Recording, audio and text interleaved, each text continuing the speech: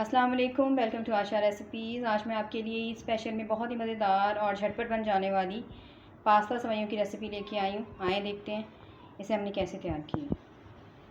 शुरू करते हैं बिस्मिल्लाहिर्रहमानिर्रहीम से। ईद स्पेशल में आज मैं आपको पास्ता सेवइयों की रेसिपी देने जा रही हूँ।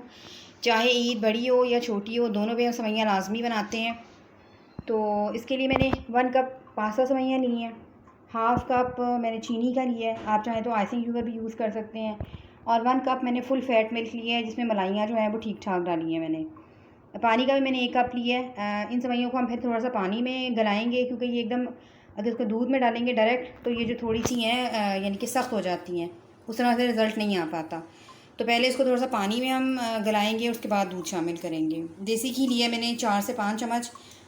फ़िलहाल मैं कम डालूँगी, उसके बाद अगर मुझे ज़रूरत महसूस हुई तो मैं और डालूँगी। मैंने तकरीबन 30 से 40 ग्राम बादाम लिए हैं। अपनी मर्ज़ी से और भी कई तरह के आप नट्स यूज़ कर सकते हैं। 4 मैंने छोटी इलायचियाँ ली हैं, इनको मैं खोल दूँगी और इनके दाने जो हैं वो यूज़ करूँगी। तो आए सबसे पहले अपनी सेवइयों की भुनाई कर लेते हैं। शुरू करते हैं बिस्मिल्लाहिर्रहमानिर्रहीम से। ऑयल डाल दें, देसी घी यूज़ कर रही हूँ। अगर आपके पास बनास्पति है तो बनास्पति भी आप यूज़ कर सकते हैं, कोई इशू नहीं है। इलायची के दाने मैंने यानी कि खोल दिए इलायची, इनके छिलके और दाने दोनों चीज़ें डालूँगी। अगर आप चाहें तो खाली दाने भी डाल सकते हैं।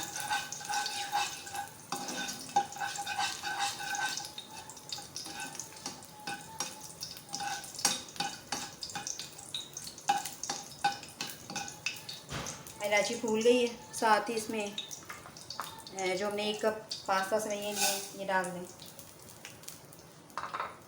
वैसे तो ये काफ़ी हद तक भुनी होती हैं, लेकिन थोड़ा सा इनको घी में फ्राई करें, जायका और ज़्यादा अच्छा हो जाएगा।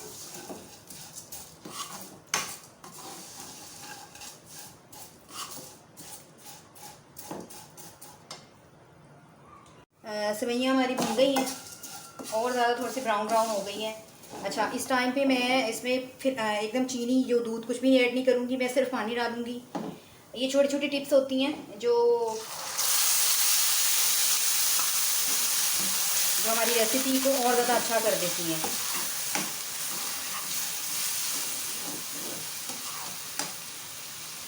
इसको मैं लिड दे दूँगी 1-2 मिनट के लिए।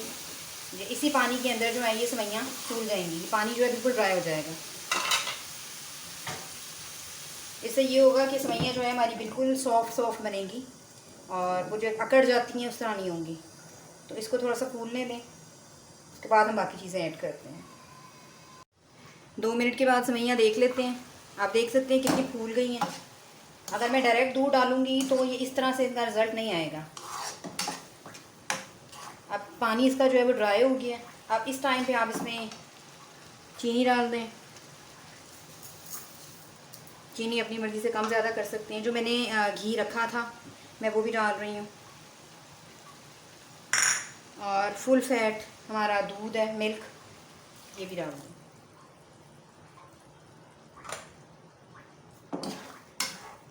अब इसको फिर से मैं लिड दे दूँगी, पकने के लिए रख दूँगी। बेसिकली सेवइयाँ हमारी गल चुकी हैं, बस अब इन्होंने पकना है दूध में और चीनी में। लिड दे दें, दूध ड्राई हो जाएगा, घी ऊपर आना शुरू हो जाएगा, तो इसका मतलब है सेवइयाँ हमारी तैयार होने वाली हैं। तो फ़िलहाल इसको मैं लिड देकर छोड़ने लगी हूँ। सेवइयों को पकते हुए 5 मिनट हो गए हैं, देख लेते हैं एक दफ़ा। आप देख सकते हैं कि पकना शुरू हो गया है और साइड्स पे, क्योंकि मैंने फुल फैट दूध डाला है तो वो बिल्कुल खोया सा बनना शुरू हो गया साइड पे।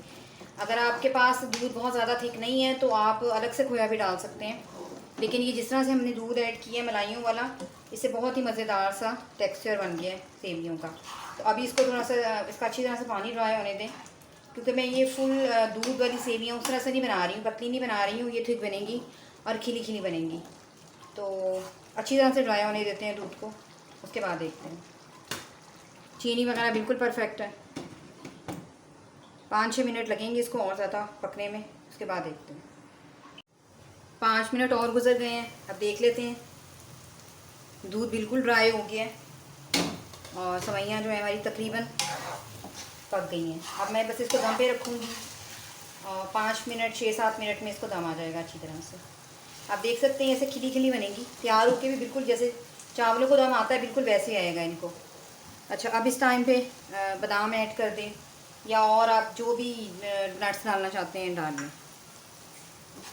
5 मिनट के लिए इसको मैं 6-7 मिनट के लिए 6-7 मिनट के लिए इसको मैं दम पे रखूँगी, बिल्कुल लो फ्लेम पे।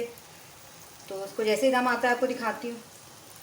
उम्मीद करती हूँ मेरी आज की ये रेसिपी आपको पसंद आएगी। अगर आपको मेरी रेसिपीज़ पसंद आ रही हैं तो प्लीज़ मेरे चैनल आशा रेसिपीज़ को सब्सक्राइब कीजिए, लाइक कीजिए, शेयर कीजिए, कमेंट ज़रूर दीजिए ताकि मुझे पता चले आपको मेरी रेसिपीज़ कैसी लग रही हैं। इसे डिश आउट करती हूँ जैसे ये तैयार होती हैं। अगली रेसिपी तक के लिए अल्लाह हाफ़िज़।